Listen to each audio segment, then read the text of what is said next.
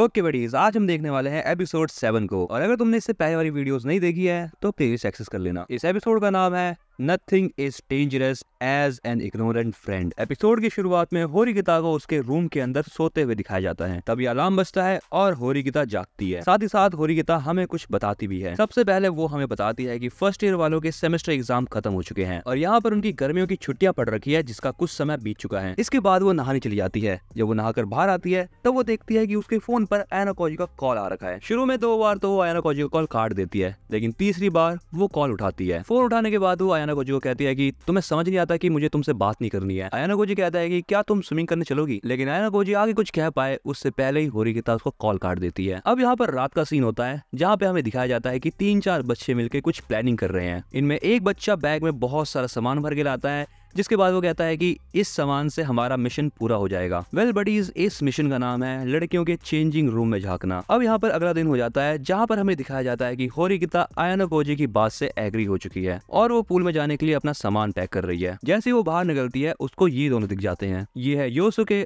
और कारुइजावा। एंड हमें पता चलता है कि ये दोनों डेटिंग कर रहे हैं। योसुके होरिगिता को देखकर उसे हाय बोलता है और उसे कहता है कि अभी समर वेकेशन चल रहे हैं तो तुम्हें घूमना चाहिए अपने दोस्तों के साथ। होरिगिता उससे कहती है कि मैं बिना दोस्तों के खुश हूँ और अगर मुझे खाली टाइम मिलेगा तो मैं उसमें पढ़ाई करना ज्यादा पसंद करूंगी। इतनी बेइज्जती खाने के बाद योसुके कुछ नहीं कहता, लेकिन कारुइजावा कहती है कि लगता है इसको हमारे अंदर इंटरेस्ट नहीं है, इसलिए यहाँ से चलो योसुके। उनके जाने के बाद होरिगिता सोचती है कि मुझे दोस्तों की अभी तक कोई जरूरत नहीं पड़ी और मुझे लगता भी नहीं कि फ्यूचर में मुझे पड़ेगी भी। वो ये बात कहती जरूर है, लेकिन अगले सीन में वो कुशिदा, साकुरा और आयाना कोजी के साथ दिखती है। ये चारों लोग मिलकर उन 3 पंडरों का वेट कर रहे होते हैं। होरिगिता कहती है ये सूडो और ईके कहाँ हैं? इसके बाद तभी आगे से ये तीनों पंडर आते हुए दिखाई देते हैं। ये तीनों बहाना मारते हुए कहते हैं कि रात में हम लेट सोए थे इसलिए हमारी आंख नहीं खुली सुबह सुबह। इनकी बात पर साकुरा को डाउट होता है और वो कहती है कि तुम तो अभी पूल की तरफ से आ रहे हो। साकुरा की ये बात सुनने के बाद वो तीनों पंटर घबरा से जाते हैं, लेकिन सूडो यहाँ पर बात को घुमाते हुए कहता है कि अरे यार यहाँ पे टाइम वेस्ट मत करो, चलो पूल की तरफ चलते हैं जल्दी। पूल की तरफ जाते जाते ईके और यामाउची ये दोनों भाई साहब अलग ही कोड लैंग्वेज में बात कर रहे हैं। वो सभी थोड़ा ही आगे जाते हैं कि तभी उन्हें इचिनोसे का ग्रुप दिख जाता है। अगले सीन में हमें गर्ल्स का ड्रेसिंग रूम दिखाया जाता है। ड्रेसिंग रूम में होरिगिता इचिनोसे से बात करते हुए कहती है कि तुम्हारी ब्रेस्ट का साइज इतना बड़ा कैसे है? इस पर इचिनोसे बताती है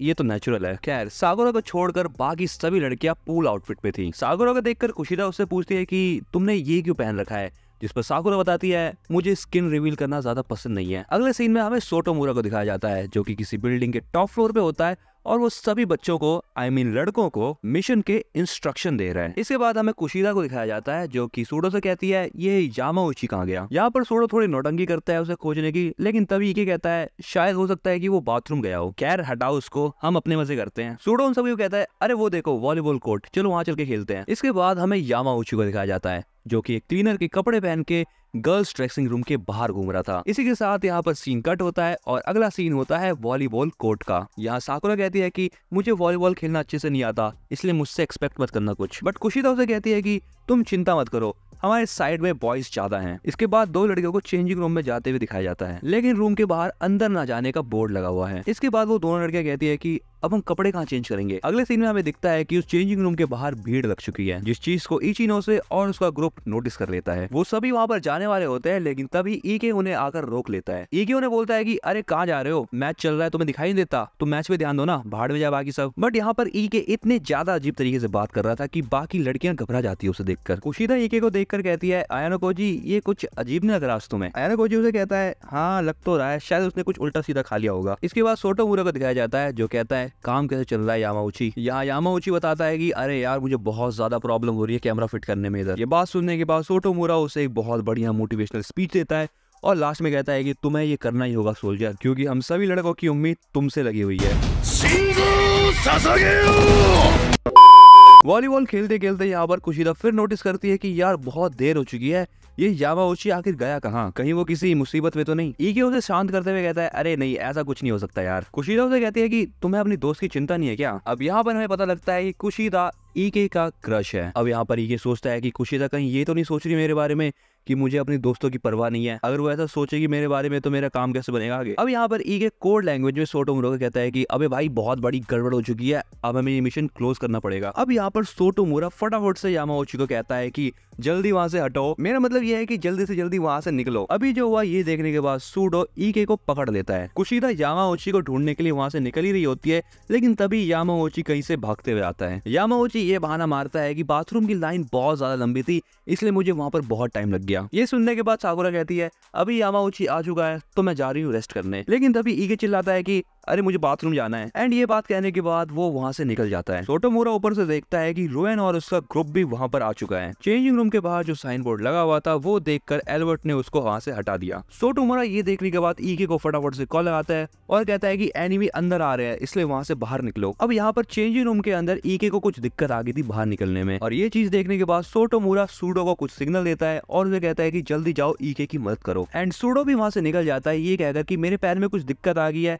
इसलिए मैं थोड़ी देर में आता हूँ। ये देखने के बाद सेक्शन बी का एक स्टूडेंट सेक्शन डी वालों से कहता है कि अब तो तुम्हारे यहाँ पर बस 5 स्टूडेंट ही बचे हैं, तो तुम कैसे जीतोगे। बट साकुरा कहती है कि अभी हमें मैच रोक देना चाहिए। बट यामाउची यहाँ पर बात संभाल लेता है और वो कहता है कि तुम चिंता मत करो, हम गेम कंटिन्यू रखते हैं। वो दोनों अभी यहाँ पर नहीं है तो क्या हुआ, मैं हूं ना, मैं सब संभाल लूंगा। ये देखने के बाद कुशिदा होरिकिता को कहती है कि ये लड़का पहले से इतना मोटिवेटेड था क्या, ये तुम्हारे साथ रहकर हुआ है। होरिकिता इस पर बताती है मुझे इसका समझ नहीं आता कुछ। अगले सीन में सूडो सोटोमुरा को बताता है कि यहाँ पर सारा सेटअप कंप्लीट हो चुका है, बस अब मुझे यहाँ से बाहर निकलना है। सोटोमुरा सूडो को ये बताता है कि रुएन के साथ लड़कियां भी हैं, तो तुम क्या करोगे अब। इसके बाद सूडो रुएन और उसके ग्रुप के सामने जाके खड़ा हो जाता है और कहता है कि तुम्हें ये बोर्ड दिखाई नहीं देता, इस पर लिखा हुआ है कि अंदर नहीं जाना, अंदर कुछ काम हो रहा है। इस पर रुएन कहता है मुझे जहाँ भी जाना होगा मैं वहां जाऊंगा, तुमसे कोई मतलब। ये बोलने के बाद उसका बॉडीगार्ड उसके आगे बढ़ने लगता है। तभी यहाँ पर सगायन आगे आती है और कहती है अरे वाह, 2 लूजर्स के बीच में लड़ाई। ये सुनने के बाद रुएन कहता है कि तुम्हें यहाँ पर किसी ने बुलाया नहीं है, तो अपने कुत्तों को लो और यहाँ से निकल जाओ। जिस पर सगायन आगे कहती है अच्छा तो तुम्हें भी पालतू बनाना पड़ेगा। ये दोनों आपस में लड़ने वाले होते हैं कि तभी वहाँ पर प्रेसिडेंट आ जाता है। प्रेसिडेंट बोलता है कि अभी छुट्टियां चल रही है, लेकिन तुम भूलो मत कि तुम स्कूल के अंदर ही हो अभी। इसी बीच ईके सोटोमुरा को कॉल लगाता है और कहता है कि अरे भाई मैं यहाँ से निकलना चाह रहा हूँ, लेकिन बाहर देख रहे हो कैसा बवाल हो रखा है। ये सुनने के बाद सोटोमुरा आयानोकोजी की तरफ इशारा करता है और कहता है भाई हमारी मदद कर ले, इस बार कुछ तो कर। आयानोकोजी भी यहाँ पर सिचुएशन को समझ जाता है और वो होरिकिता को बोलता है मुझे तुम्हारी कुछ मदद चाहिए होरिकिता। दूसरी तरफ सूडो अलग ही लीग में चल रहा है। वो प्रेसिडेंट और बाकी सभी बच्चों से कहता है कि अरे मेरे पैर में मोच आ रही है, तुम समझा करो ना, अंदर क्यों जा रहे हो तुम। प्रेसिडेंट ये सुनने के बाद कहता है अच्छा मुझे तो ऐसा बिल्कुल नहीं लगता। तभी इसी बीच सेक्शन ए का स्टूडेंट कहता है अरे वो देखो होरिकिता। होरिकिता को देखने के बाद रुएन को समझ आ जाता है कि ये तो वही लड़की है। होरिकिता वहाँ खड़ी है जो कि सबसे ऊंची जगह है पूल में कूदने की। सभी बच्चे होरिकिता को देखकर ये सोच रहे होते हैं कि आखिर ये करने क्या वाली है। बट यहाँ पर होरिकिता मन ही मन सोचती है कि आखिर मैं ही क्यों, मैं ये सब क्यों कर रही हूँ। होरिकिता वहां से कहती है हमें देखो, हम सेक्शन डी के बच्चे हैं और हमें डिफेक्टिव बच्चों के नाम से जाना जाता है, एंड बाकी सारी क्लासेस हमारी बहुत बेइज्जती करती है। और हाँ, क्लास सी वाले बच्चों, तुम्हारी हिम्मत कैसे हुई कि तुमने हमें लास्ट टाइम फंसाया। खैर जो भी है तुम्हारा शुक्रिया, क्योंकि अगर तुम ऐसा नहीं करते तो मुझे ये बात पता नहीं लगती कि सेक्शन ए में जाने के लिए मुझे क्या क्या झेलना पड़ेगा। यहाँ बस होरिकिता फालतू की बकवास कर रही है, लेकिन जो भी हो इसकी इस फालतू सी स्पीच ने सही बच्चों का अटेंशन ग्रैब कर लिया है। बट इसी चीज का फायदा उठाते हुए ईके ड्रेसिंग रूम से बाहर निकल जाता है। होरिकिता अपनी स्पीच खत्म करते हुए कहती है हम सेक्शन डी के भले ही हैं, लेकिन हमें सेक्शन ए में जाने से कोई नहीं रोक सकता। खैर जो भी हो, होरिकिता की ये फालतू बातें सुनने के बाद सभी बच्चे बहुत ज्यादा मोटिवेट हो जाते हैं। होरिकिता की ये हरकत के चलते उसका भाई बहुत ज्यादा एम्बेरस हो जाता है। अब दूसरी तरफ ये तीनों पंटर ये बात सोच के खुश हो रहे हैं कि उनका मिशन पूरा हुआ। अब उसी दिन का शाम का समय दिखाया जाता है, जहाँ पर होरिकिता आयानोकोजी को कहती है तुमने सही कहा था, रूम में कैमरास लगे हुए थे, लेकिन चिंता की कोई बात नहीं है क्योंकि मैंने सभी मेमोरी कार्ड्स निकाल दिए हैं। अब यहाँ पर हमें पास्ट का सीन दिखाया जाता है और हमें पता लगता है कि होरिकिता पूल पे जाने के लिए तैयार क्यों हुई थी। आयानोकोजी ने उसको पहले ही बता दिया था कि देखो ऐसी ऐसी बातें हैं, ये सभी लड़के मिलकर चेंजिंग रूम में कैमरास लगाने वाले हैं, तो तुम्हें मेरी मदद करनी होगी। हाँ मैं ये बात जानता हूँ कि ये चीज थोड़ी सी मुश्किल होगी क्योंकि बाकी क्लास वालों ने इंटरफियर बहुत ज्यादा करा है, बट फाइनली ये काम पूरा हुआ। आयानोकोजी होरिकिता को कहता है क्या तुमने आज का दिन एंजॉय करा। तो होरिकिता कहती है नहीं, मैं एंजॉय करने ही नहीं आई थी। जिस पर आयानोकोजी कहता है पूल बंद होने में थोड़ा सा टाइम है अभी। ये बात कहने के बाद वो होरिकिता को पूल में धक्का दे देता है। इसके बाद आयानोकोजी उसे बाहर निकालने के लिए अपना हाथ आगे बढ़ाता है, बट होरिकिता उससे अंदर खींच लेती है पूल के। और बाहर आने के बाद होरिकिता कहती है अब हिसाब बराबर हुआ। तभी वहाँ पर बाकी सभी लोग आते हैं और मजे करते हैं। आयानोकोजी ये सब कुछ देख ही रहा था, लेकिन तभी साकुरा बहुत आराम से आयानोकोजी के ऊपर पानी उड़ा देती है। आयानोकोजी उसकी तरफ देखता है और साकुरा फिर अंदर जाने लगती है पूल में। रात में जब होरिकिता अपने रूम में अकेली बैठी हुई होती है, तब एनगोजी उसे एक मैसेज करता है जिसमें आज के दिन की एक फोटो होती है और ये चीज देखने के बाद होरिकिता एक सॉफ्ट स्माइल करती है। और अगर होरिकिता ने यहाँ पर स्माइल करा है तो तुम भी इस वीडियो को लाइक कर दो और अगर तुम ऐसी डिटेल एक्सप्लेनेशन देखना चाहते हो तो सब्सक्राइब भी कर लेना। एंड मैं मिलता हूँ तुम्हें एक अगले एपिसोड में।